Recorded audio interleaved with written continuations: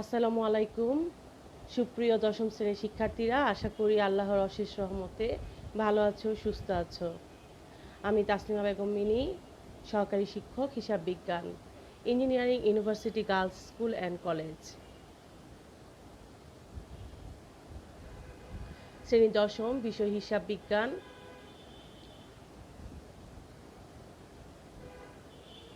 অধ্যায় 10, আজকের পাঠ আর্থিক বিবরণী।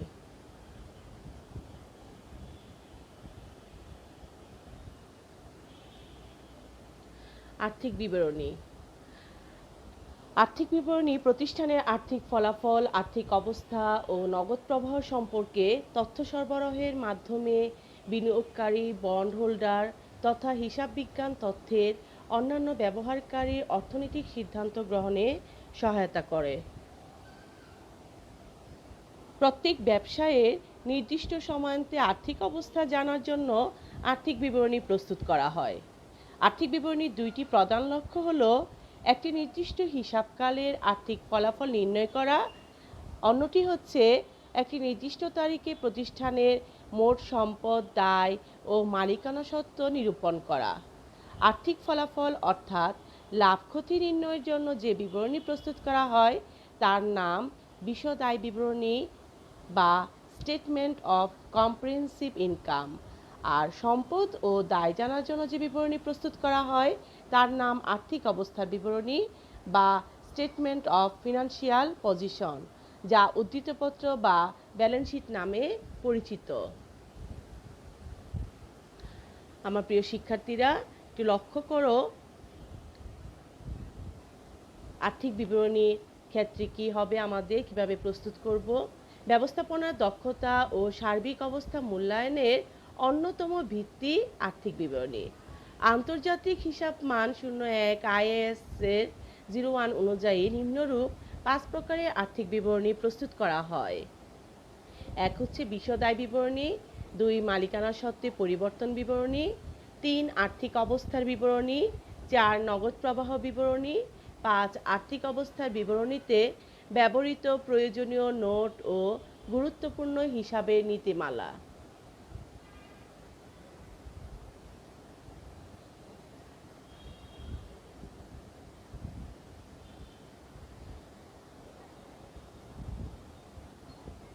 আমরা আমাদের স্কুলের ক্ষেত্রে 9-10 ক্লাস অনুযায়ী আমরা এখানে 2-3টি করব কাজ। এই স্কুলে 2-3টি বিষয় আলোচনা করা হবে, অর্থাৎ 3টি ধাপ: বিশদ আয় বিবরণী, মালিকানা সত্ত্বে পরিবর্তন বিবরণী ও আর্থিক অবস্থা বিবরণী। তাহলে আসো আমরা বিশদ আয় বিবরণী সম্পর্কে একটু জেনে নেই। বিশদ আয় বিবরণী বিশদ আয় বিবরণীতে মুনাফা জাতীয় আয় ও ব্যয় লিপিবদ্ধ করা হয়। সেবা প্রদানকারী প্রতিষ্ঠানের ক্ষেত্রে সেবা আয় থেকে সেবা প্রদানের যাবতীয় ব্যয় বাদ দিলে নিট মুনাফা পাওয়া যায়। পণ্য ক্রয় বিক্রয়কারী প্রতিষ্ঠানের ক্ষেত্রে পণ্য বিক্রয়লব্ধ অর্থ থেকে বিক্রিত পণ্যের ব্যয় বাদ দিলে মোট মুনাফা পাওয়া যায়। আমরা স্কুল চলাকালীন সময়ে ক্লাসে বলেছিলাম যে স্কুল লেভেলে আমরা সাধারণত এক মালিকানা ব্যবসায়ের হিসাব করে থাকি। ব্যবসা প্রতিষ্ঠানের ধরন 2 ধরনের বলা হয়েছিল, একটি হচ্ছে সেবা প্রদানকারী প্রতিষ্ঠান, আরেকটি হচ্ছে কি ক্রয় বিক্রয়কারী প্রতিষ্ঠান। তাহলে বিশদ আয় বিবরণী প্রস্তুতের সময় 2 ধরনের প্রতিষ্ঠানের ক্ষেত্রে কিভাবে আমরা মোট মুনাফা নির্ণয় করব এবং কিভাবে আমরা নিট মুনাফা নির্ণয় করব সেই বিষয়ে আলোচনা করছি। মোট মুনাফা থেকে পরিচালন ব্যয় বাদ দিলে পরিচালন মুনাফা পাওয়া যায়। পরিচালন মুনাফার সাথে অন্যান্য আয় যোগ করব, তারপর অন্যান্য আয় ব্যয় বাদ দেওয়ার পর করপূর্ব নিট মুনাফা পাওয়া যাবে। এক মালিকানা ব্যবসার হিসাব করা হয় বলে করপূর্ব নিট মুনাফাকে আমরা এখানে নিট মুনাফা হিসাবে বিবেচনা করব। তাই লক্ষ্য করো শিক্ষার্থীরা, আমরা সেবাদানকারী প্রতিষ্ঠানের ক্ষেত্রে কিভাবে আমরা নিট মুনাফা নির্ণয় করব, আর ক্রয় বিক্রয়কারী প্রতিষ্ঠানের ক্ষেত্রে আমরা 3টি ধাপে নিট মুনাফা নির্ণয় করব। প্রথমত মোট মুনাফা নির্ণয় করব, দ্বিতীয়ত পরিচালন মুনাফা এবং সর্বশেষ হচ্ছে নিট মুনাফা।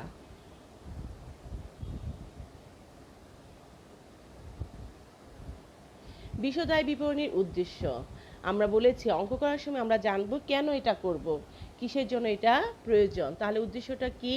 বিশদ আয় বিবরণীর মাধ্যমে ব্যবসায়ের নিট লাভ বা ক্ষতি জানা যায়। ব্যবসায়ের মালিক নিট লাভের অতিরিক্ত অর্থ দাবি করতে পারেন না। নিট লাভের অতিরিক্ত দাবি করার অর্থ হচ্ছে ব্যবসায়ের মূলধন ভেঙে ফেলা, যা ভবিষ্যতে প্রতিষ্ঠানের কার্যক্রম ব্যাহত করবে। আমরা এই ক্লাসেই ব্যবসায়িক কিছু নীতি আছে, আমরা সেই সম্পর্কে জানব। সেই সম্পর্কে জানলে এখনকার এই যে নিট লাভের অতিরিক্ত দাবি করার অর্থ হচ্ছে ব্যবসায়ের মূলধন ভেঙে ফেলা, নীতিগুলোতে সেগুলো বিস্তারিত আলোচনা করা হবে।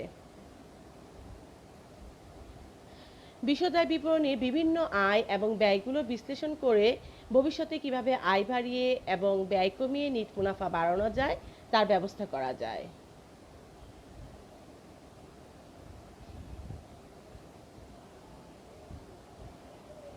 আমরা কিভাবে বিশদায় বিবরণী প্রস্তুত করব। হিসাবকাল 1 বছর ধরে সেবা প্রদানকারী প্রতিষ্ঠানের ক্ষেত্রে বছরের সেবা আয় থেকে সেবা প্রদানের যাবতীয় ব্যয় বাদ দিলে নিট মুনাফা বা নিট আয় পাওয়া যায়। এটা সব সেবা দানকারী প্রতিষ্ঠানের ক্ষেত্রে। এখন আসো আমার শিক্ষার্থী বন্ধুরা, আমরা ক্রয় বিক্রয় প্রতিষ্ঠানের ক্ষেত্রে কিভাবে বিশদায় বিবরণী প্রস্তুত করব সেটা জেনে নিই। পণ্য ক্রয় বিক্রয়কারী প্রতিষ্ঠানের ক্ষেত্রে বিশদায় বিবরণী 3টি ধাপে সাজিয়ে প্রস্তুত করা হয়। নাম্বার 1, নিট বিক্রয় থেকে বিক্রিত পণ্যের ব্যয় বাদ দিয়ে মোট মুনাফা নির্ণয় করা হয়। নাম্বার 2, মোট মুনাফা থেকে পরিচালন ব্যয় বাদ দিয়ে পরিচালন মুনাফা নির্ণয় করা হয়। নাম্বার 3, পরিচালন মুনাফার সাথে অন্যান্য আয় যোগ করে প্রাপ্ত যে যোগফলটা পাবো সেটার সাথে অন্যান্য ব্যয় বাদ দিয়ে আমরা নিট মুনাফা পাবো।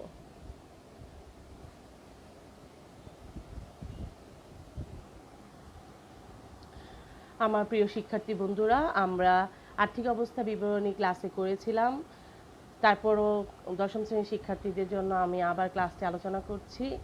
আজকে ক্লাসের উপর ভিত্তি করে আমরা বহু নির্বাচনী প্রশ্নগুলো করব, আর অঙ্ক করার ক্ষেত্রে আমার নীতিমালাগুলো জানা প্রয়োজন। এটা আজকে মনে করো আমাদের এটা রিভিশন ক্লাস। আমরা এটা করার পরে আমরা পরবর্তী ক্লাসে অনুপাত বিশ্লেষণের উপর আলোচনা করব।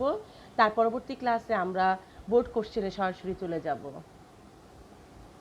তাহলে আসো শিক্ষার্থীরা, আর্থিক বিবরণী প্রস্তুতকরণে হিসাব বিজ্ঞানের নীতিমালার প্রয়োগ। ব্যবসায়িক সত্তা নীতি। মিস্টার রাশেদ 1 লাখ টাকা নিয়ে ব্যবসা শুরু করেন। নগদান হিসাব ডেবিট, মূলধন হিসাব ক্রেডিট যাবে। মালিকানা সত্ত্বের পরিমাণ কি পেয়েছে? বৃদ্ধি পেয়েছে। আমরা মালিক এবং কারবারকে কি ধরা হয়? আলাদা সত্ত্ব হিসাবে বিবেচনা করা হয়। মিস্টার রাশেদ নিষ্প্রয়োজনে ব্যবসা হতে 5,000 টাকা উত্তোলন করেন। উত্তোলন হিসাব ডেবিট, নগদান হিসাব ক্রেডিট। মালিকানা সত্ত্বের পরিমাণ কি পেল? হ্রাস পেল।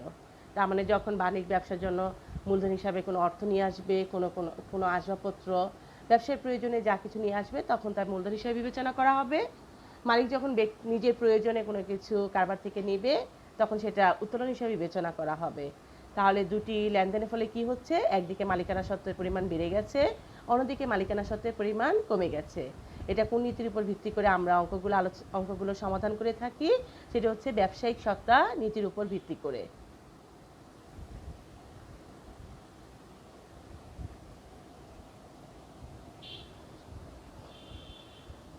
কারণ ব্যবসায়ের মালিককে ব্যবসায়ের প্রতিষ্ঠান থেকে পৃথক বিবেচনা করা হয়, তাই মালিকের নামে হিসাব না রেখে ব্যবসা প্রতিষ্ঠানের নামে যাবতীয় হিসাব রাখা হয়। এই জন্য মালিক কর্তৃক প্রদত্ত মূলধনের ব্যবসা একটি দায়। একই কারণে মালিক কর্তৃক উত্তোলন তার নিজস্ব খরচ, যার তার মূলধনের পরিমাণ কি করে দেয়? কমিয়ে দেয়।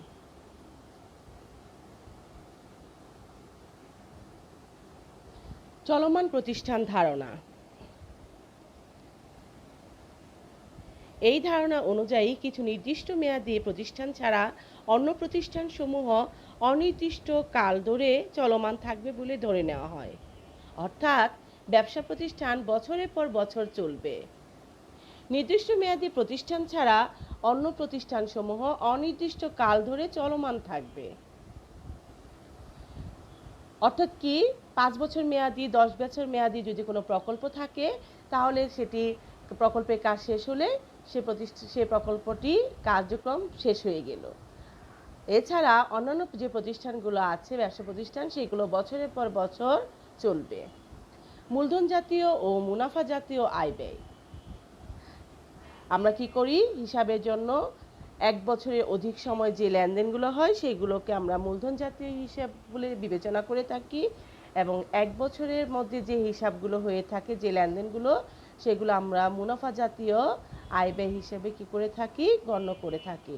তার মানে হিসাবগুলোকে যে দুই শ্রেণীতে ভাগ করছি, একটি মূলধন জাতীয়, অন্যটি মুনাফা জাতীয়, সেটি চলমান প্রতিষ্ঠান ধারণার উপর ভিত্তি করে আমরা ভাগ করে থাকি। স্থায়ী সম্পত্তির ক্ষেত্রে অবচয় নির্ধারণ। যেহেতু আমার প্রতিষ্ঠানটি বছরের পর বছর চলবে, সেক্ষেত্রে স্থায়ী সম্পত্তির ক্ষেত্রে অবচয় নির্ধারণ করা হয়। আমরা এটিও চলমান প্রতিষ্ঠান ধারণার উপর ভিত্তি করে থাকি। আর্থিক অবস্থার বিবরণী প্রস্তুতকরণ।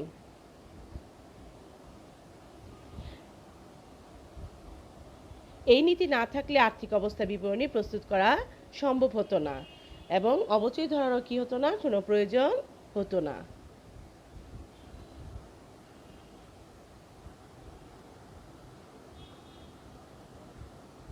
হিসাবকাল ধারণা। চলমান নীতি অনুযায়ী ব্যবসায় নির্দিষ্ট কোনো আয়ুষ্কাল নেই, আমরা একটু আগে জেনেছি।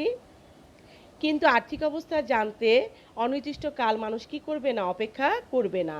কারণ ব্যবসায়ের মালিক, ব্যবসায়ের যে তৃতীয় পক্ষ, ব্যবসায়ের অভ্যন্তরীণ যারা কাজ করে, যারা শেয়ার কিনে, তারা প্রত্যেকেই ব্যবসায়িক অবস্থা অর্থাৎ আর্থিক অবস্থা কি সেটা জানতে চায়। তাই প্রতি বছরই আর্থিক অবস্থা জানার জন্য বিশদ আয় বিবরণী ও আর্থিক অবস্থা বিবরণী প্রস্তুত করা হয়। ব্যবসা প্রতিষ্ঠান বছরের পর বছর চলবে, তাই প্রতিষ্ঠানে অনন্ত আয়ুষ্কালকে ক্ষুদ্র ক্ষুদ্র সমান অংশে ভাগ করে নেওয়া হয়। এক একটি ভাগকে কি বলা হচ্ছে, হিসাবকাল বলা হচ্ছে। হিসাবকাল সাধারণত 1 বছর মেয়াদি হয়। তাই প্রতি বছরই আর্থিক অবস্থা জানার জন্য বিশদ আয় বিবরণী ও আর্থিক অবস্থার বিবরণী প্রস্তুত করা হয়ে থাকে।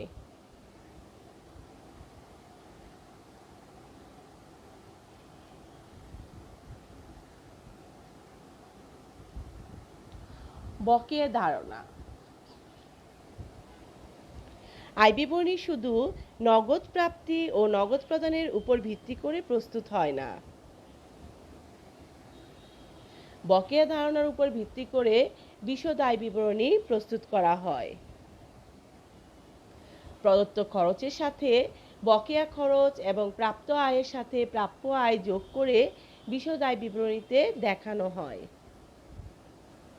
রেওয়া মিলে বেতন 10,000 টাকা, ব্র্যাকেটে কি দেওয়া আছে, 10 মাস। সমন্বয়ে বলা হলো 2 মাসের বেতন বকেয়া রয়েছে। আমাদের অঙ্কে অনেক সময় সমন্বয়ে নাও বলা থাকা লাগে, যে সমন্বয় 2 মাসের বেতন বকেয়া রয়েছে, এটা না থাকলেও রেওয়া মিলে 10 মাস দেওয়া মানে হচ্ছে 2 মাসের বকেয়া রয়েছে। অনেক সময় ব্র্যাকেটে রেওয়া মিলে 10 মাস দেওয়া থাকবে, অনেক সময় 10 মাস রেওয়া মিলে দেওয়া থাকলো ব্র্যাকেট না দিয়ে শুধুমাত্র সমন্বয়ে দেওয়া থাকলো 2 মাসের বকেয়া রয়েছে। তার মানে তখন আমরা ধরে নিব রেওয়া মিলে যে 10,000 টাকা দেওয়া আছে সেটি 10 মাসের বেতন দেওয়া আছে, এখনো 2 মাসের বেতন দেওয়া হয়নি। তাহলে দেখো, বেতন 10,000 টাকা, 2 মাসের বেতন দেওয়া হয়নি। আমরা 10,000কে 10 দিয়ে ভাগ করলে পাবো 1,000 টাকা, 2 দিয়ে গুণ করে হলো কত, 2,000 টাকা।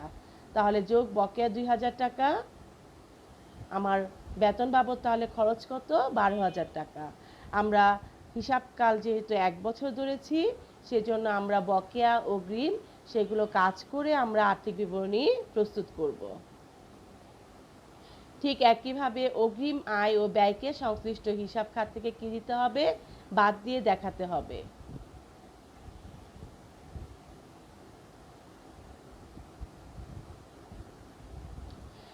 রক্ষণশীলতার নীতি।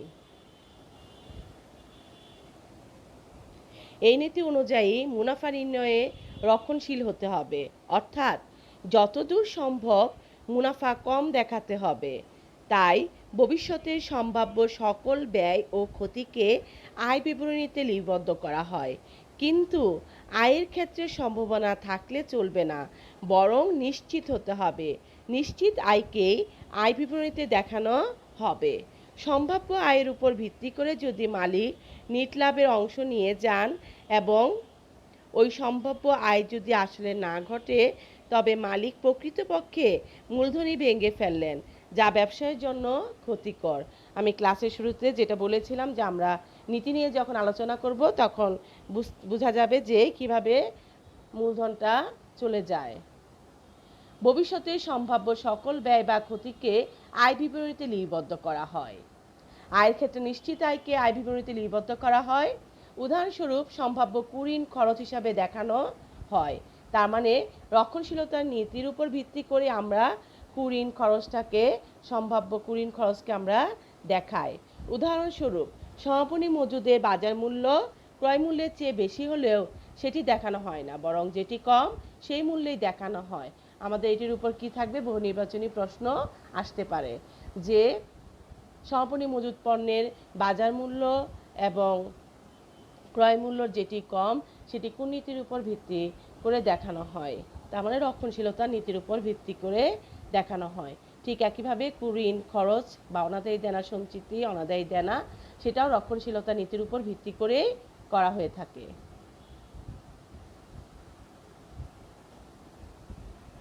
ক্রয় মূল্য নীতি। স্থায়ী সম্পদসমূহ যে মূল্যে ক্রয় করা হয় সে মূল্যেই দেখানো হয়। এই নীতি অনুযায়ী স্থায়ী সম্পদের যে মূল্যে ক্রয় করা হয়েছে আমরা সেই মূল্যেই দেখাবো। বাজার মূল্যে দেখানো হয় না, কারণ স্থায়ী সম্পদ বিক্রির জন্য নয়, বরং দীর্ঘকাল ব্যবসায় ব্যবহারের জন্যই ক্রয় করা হয়। ক্রয় মূল্য বলতে সম্পত্তি অর্জনের প্রদত্ত খরচ ও ব্যবহার উপযোগী করার জন্য আনুষঙ্গিক খরচ উভয়কে বোঝায়। যেমন উদাহরণস্বরূপ লক্ষ্য করো, মেশিন ক্রয় 1 লাখ টাকা, পরিবহন খরচ 1000 টাকা, মেশিন সংস্থাপন ব্যয় 4000 টাকা। তাহলে আমার মেশিনের মোট মূল্যটা কত দাঁড়াবে? মেশিনের ক্রয় মূল্য দাঁড়াবে 1 লাখ যোগ পরিবহন খরচ 1000 যোগ সংস্থাপন ব্যয় 4000, মোট 1,05,000 টাকা। এটাই বোঝানো হয়েছে যে আনুষঙ্গিক সব খরচ মিলেই বোঝায়।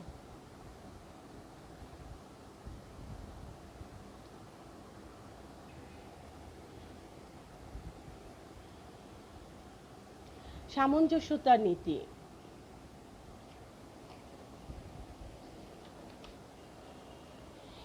এই নীতি অনুসারে হিসাব বিজ্ঞানের হিসাবসমূহ প্রত্যেক বছর একই পদ্ধতি অনুসরণ করে প্রস্তুত করা হয়। এই বছর এক পদ্ধতি এবং আরেক বছর অন্য পদ্ধতি। এই নীতি অনুসরণ করলে বিভিন্ন বছরের হিসাবসমূহের সঠিক তুলনা করা যাবে না, ফলে ব্যবসায় আর্থিক অবস্থার কি হবে না, পরিবর্তনের সঠিক চিত্র পাওয়া যাবে না। তাই প্রতি বছর একই পদ্ধতি অনুসরণ করে হিসাবসমূহ কি করা হবে, প্রস্তুত করা হবে।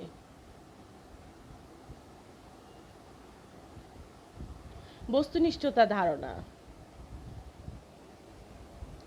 হিসাব বিজ্ঞানে বস্তুনিষ্ঠতার প্রথা বলতে হিসাবরক্ষকের জ্ঞান, অভিজ্ঞতা ও বুদ্ধিমত্তা দ্বারা লেনদেনসমূহ হিসাবভুক্তকরণকে বোঝায়। হিসাবরক্ষকের প্রাসঙ্গিকতা ও অপ্রাসঙ্গিকতা বিচার করে হিসাবের বইতে লেনদেন লিপিবদ্ধ করতে হয়। উদাহরণের মাধ্যমে বিষয়টি বোঝানো যেতে পারে।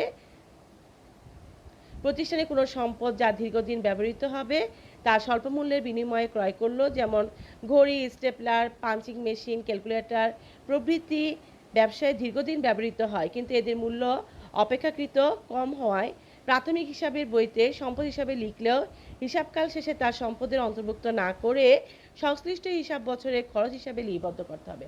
অর্থাৎ আমরা যখন জাবেদা করে থাকি তখন এগুলো সম্পদ হিসাবে অর্থাৎ অফিস সাপ্লাইজ হিসাবে বিবেচনা করি, কিন্তু বছরের হিসাবের সময় হিসাবকালের সময় বিশদ আয় বিবরণী যখন আমরা প্রস্তুত করি তখন এগুলো খরচ হিসাবে দেখানো হয়।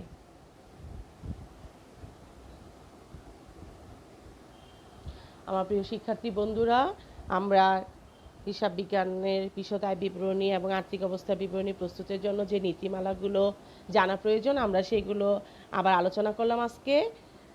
আমরা আজকে আমাদের পাঠ্য বইয়ের যে অনুশীলনী বহু নির্বাচনী প্রশ্নগুলো আছে আমরা সেইগুলো আলোচনা করব।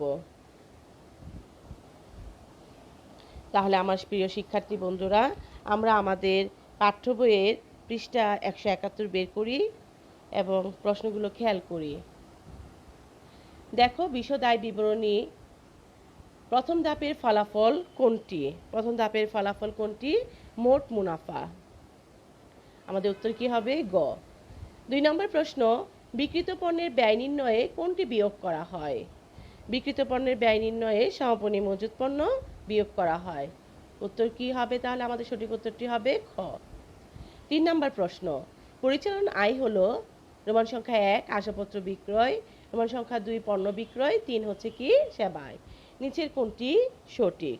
তাহলে আমাদের সঠিক কোনটি? 2 ও 3 পণ্য বিক্রয় ও কি সেবা আয়।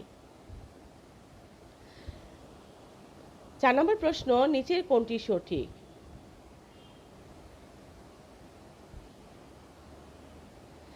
মুনাফা মূলধনের অংশ, মুনাফা মূলধনের হ্রাস ঘটায়, মূলধন শুধুই মুনাফা থেকে আসে, মুনাফা মূলধনের বৃদ্ধি ঘটায়। তাহলে উত্তর হচ্ছে কি মুনাফা মূলধনের বৃদ্ধি ঘটায়। 4 নাম্বার। 5 নাম্বার প্রশ্ন, মোট মুনাফা হলো নিট বিক্রয় মাইনাস বিক্রিত পণ্যের ব্যয়। সঠিক উত্তরটি কি হবে? খ। 6 নম্বর প্রশ্নে, অন্যান্য আয়ের অন্তর্ভুক্ত হলো বিনিয়োগের সুদ, বিক্রয়, প্রাপ্ত বাট্টা। আমাদের সঠিক উত্তরটি হচ্ছে 1 ও 3 বিনিয়োগের সুদ ও প্রাপ্ত বাট্টা। তার মানে সঠিক উত্তরটি খ।